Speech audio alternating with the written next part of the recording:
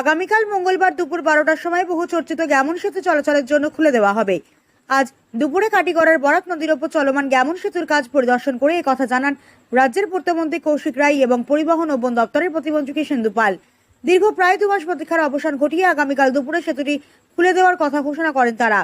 মন্ত্রী কৌশিক রায় জানান, এই সেতুটি কাটিগড়া ও আশেপাশের এলাকার মানুষের জন্য এক গুরুত্বপূর্ণ পরিকাঠামো। এর উদ্বোধনের ফলে দীর্ঘদিনের দুর্ভোগের অবসান হবে এবং যাতায়াত অনেক সহজতর হবে। মন্ত্রী কৃষ্ণেন্দু পাল বলেন, নির্ধারিত সময়ের আগেই প্রায় সমস্ত কাজ শেষ হয়েছে। সেতুটি আপাতত হালকা যান চলাচলের জন্য চালু করা হবে, তবে ভারী যান চলাচলের জন্য নিষেধাজ্ঞা থাকছে। দুই মন্ত্রী স্পষ্টভাবে ঘোষণা করেন, সেতু চালু হলেও কোনোভাবেই ওভারলোডের গাড়ি এই সেতুতে চলাচল করতে পারবে না। যেসব লরির অতিরিক্ত উচ্চতার বডি রয়েছে সেগুলি অবিলম্বে খুলে ফেলতে হবে। এই বিষয়ে প্রশাসন এবং পুলিশকে কড়া নির্দেশ দেওয়া হয়েছে। মন্ত্রীরা জানান, ওভারলোডের কারণে সেতুর ক্ষতি হতে পারে, ফলে তা কোনোভাবেই বরদাস্ত করা হবে না। আগামীকাল দুপুরে যান চলাচল শুরু হবে বলে পূর্ত দপ্তর সূত্রে জানা গিয়েছে। সেতু চালুর ফলে কাটিগড়া ও করিমগঞ্জ সহ ত্রিপুরা, মিজোরাম ও মণিপুরের মধ্যে যাতায়াতের সময় অনেকটাই কমে যাবে বলে মনে করছেন স্থানীয় ব্যবসায়ী ও যাত্রীরা। কোনো জায়গায় আমি গত কিছুদিন আগে আমরা এসেছিলাম এখানে যে সময় কাজ চলে অনেক হাই ভোল্টেজ তার মানে ইলেকট্রিকের ইয়ে দিয়ে কাজ হয়। থেকে যদি ভিডিও করি তারা বাধা দেন, অথচ দেখা সামাজিক মাধ্যমে দেখা যায় সাধারণ মানুষ ভিডিও করছে, তখন অসুবিধা হয় না, শুধু সাংবাদিকদের ক্ষেত্রে ওরা বাধা দিয়েছে। এই ধরনের কোনো কথা নয়। আর যদি কোনো ধরনের আপনাদের মনে কোনো ইয়ে থাকে, আমাদের জিএম গৌরাঙ্গ সাহেবকে ওনার প্রশ্ন করতে পারেন। এটা কি বলবেন এই ব্যাপারে? তথ্যফলক লাগানো হয়নি, তথ্যফলক লাগিয়ে দেওয়া হবে, তাতে কোনো ইয়ে নেই। আর সব থেকে বড় কথা যে এই যে টাইম শিডিউলের ভিতরে যে কাজ হয়েছে এবং কাজের মান যেটা আমরা যতটুকু উপলব্ধি করতে পেরেছি, খুব ভালো কাজ হয়েছে। আপনারাও সহযোগিতা বা আপনাদেরও সহমত থাকতে হবে যে কাজ খুব ভালো হয়েছে। আমি যতটুকু আমরা দুই মন্ত্রী ভাই এখানে যারা কি এবং আমরা বিশেষ করে এই কারণে ধন্যবাদ জানিয়েছি। আর 2 নম্বর হারাং ব্রিজ, ওইটার খুব দ্রুতগতিতে কাজ চলছে এবং এখন মাননীয় মন্ত্রী কৌশিক রায় মহাশয় হারাং ব্রিজেও যাবেন এবং আপনারা দেখবেন ওইখানের মধ্যে খুব দ্রুতগতিতে কাজ চলছে এবং নতুন করে এখানে যাতে আরেকটা ব্রিজ তৈরি করে তার জন্য মাননীয় মুখ্যমন্ত্রী মহোদয় নির্দেশ দিয়েছেন। তদন্ত প্রক্রিয়া কি হবে?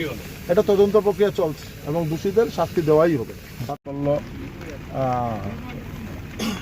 মিনি মানে ছোট ভেহিকলস দিয়ে ওনারা বা বাস প্রথম এটা রান করবে, খুলে দেওয়া হবে, তারপর ধীরে ধীরে লাইট ভেহিকলসের পর ধীরে ধীরে নর্মালাইজ করে দেওয়া হবে। কিন্তু আমরা আজকে সিদ্ধান্ত নিয়েছি যে আমরা বরাক উপত্যকায় যেসব গাড়ি মাত্রা অতিরিক্ত ওনারা বডি নির্মাণ করেছেন, যে গভর্নমেন্টের যে রুলস রেগুলেশন ফলো না করে যতটুকু বডির হাইট হওয়া দরকার তার থেকে আরও বেশি 1 ফুট 1.5 ফুট হাইট উঠিয়ে বডি নির্মাণ করেছেন, এইসব বডি আজকে আমরা এই আপনাদের সাংবাদিক ভাইদের সহযোগিতায় ওনাদেরকেও বার্তা দিতে চাই, আপনারা ওইটার থেকে বিরত থাকুন এবং এই বডিগুলো খুলে দিন। এবং অ্যাজ পার ওয়েট গাড়ির মধ্যে আপনি বলছেন যে কত টন, যেমন 6 চাক্কার তার একটা ইয়ে আছে যে 9 টন, 12 চাক্কা, 10 চাক্কা, 16 চাক্কা সবার একটা ওয়েট নির্ধারিত আছে।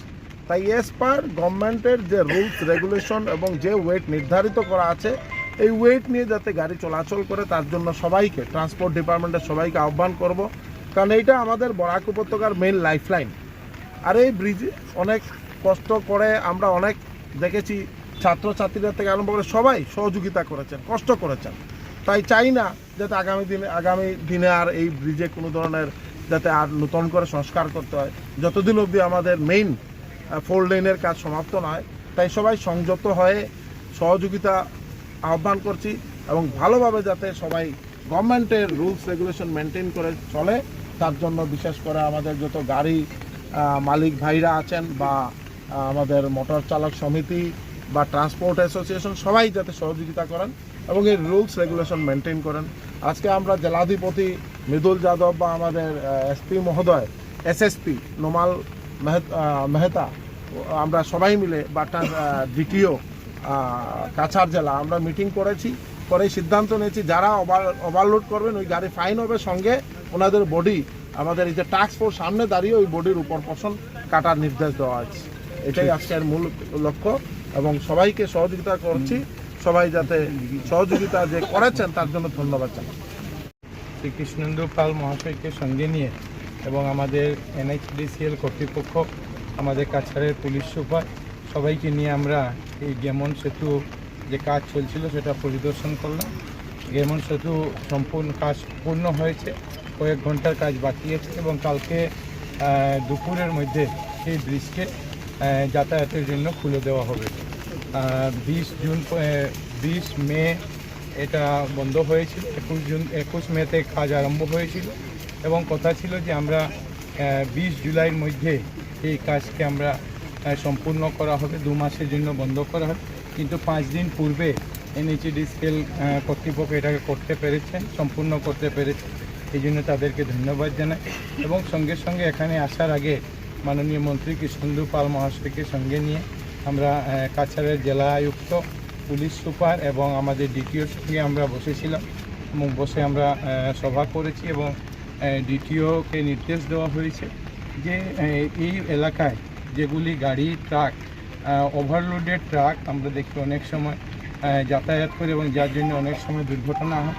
এবং আমরা দেখেছি যে অনেকগুলা ট্রাক আছে যেগুলি এক্সটেন্ডেড বডি, যেগুলা ম্যানুফ্যাকচারিং যে লোড ক্যাপাসিটি তার থেকে এক্সেস বডি তারা নির্মাণ করেছেন, সেই সমস্ত বডিগুলোকে খুলে দেওয়ার নির্দেশ দেওয়া হয়েছে। এবং যদি কোনো কেউ এটাকে ওয়েল্ডিং করে তৈরি করে দিয়েছেন, তো ওয়েল্ডিং করে সেটাকে কেটে দেওয়ারও নির্দেশ ইতিমধ্যে দেওয়া হয়েছে। আমরা চাই যে গত 2 মাস বরাক উপত্যকার মানুষ এই গেমন সেতু মেরামতের সময় অনেক কষ্ট পেয়েছেন। মাননীয় মুখ্যমন্ত্রী মহাশয় বারবার এটা তদারকি করেছেন। গতকালকে পরশুদিন আমাদের আসামের মুখ্য সচিব মহাশয় উনি এসেছিলেন। প্রশাসন এবং সরকারের তরফ থেকে বারবার এটা যোগাযোগ করা হয়েছিল যাতে আমরা খুব তাড়াতাড়ি এটাকে সম্পূর্ণ করতে পারি এবং সম্পূর্ণ করার জন্য মাননীয় মুখ্যমন্ত্রী মহাশয়ের এই যেভাবে বারবার উনি তদারকি করেছে ওনাকেও আমি ধন্যবাদ জানাচ্ছি। এবং এই এলাকার মানুষের, বরাক উপত্যকার মানুষের, ত্রিপুরা, মণিপুর সহ মানুষের এই গত 2 মাস যে কষ্ট হয়েছে সেটার জন্য আমরা দুঃখিত এবং আশা করি এই গেমন সেতু আগামীকাল থেকে খোলার পরে আমাদের যে যাতায়াত ব্যবস্থা সেই যাতায়াত ব্যবস্থা স্বাভাবিক হবে। কত টন লোড নিয়ে এখন চলতে পারবে? আগামী 3-4 দিনের জন্য NHDCL কর্তৃপক্ষ বলেছে যে ছোটো যে LMB এবং বাস এগুলাকে পাস দেওয়া হবে, আর 3-4 দিন পরে আবার তারা একবার 7-8 ঘন্টার জন্য একটা ব্রেক নেবেন, তারপরে আবার যে বড় যে ট্রাকগুলো আছে সেই ট্রাকগুলো। কত টনের ট্রাকগুলো চলবে? যে গাড়ির যে ক্যাপাসিটি আছে সেই ক্যাপাসিটি অনুযায়ী চলবে। অনেক সময় আমরা দেখি যে অনেক বড় ক্যাপাসিটিরও গাড়ি থাকে, সেই অনেক সময় আমরা দেখি জয়েস্ট বা কেরিয়ার মেশিন নিয়ে যে গাড়িগুলো আসা যাওয়া করে সেই গাড়িগুলো আসা যাওয়া। সবচেয়ে বেশি কত টন যেতে পারবে? এই ধরনের কিছু নয় যে এখানে আমরা আজকে মাননীয় আমার সতীর্থ মন্ত্রী কৌশিক রায় মহাশয়ের আমি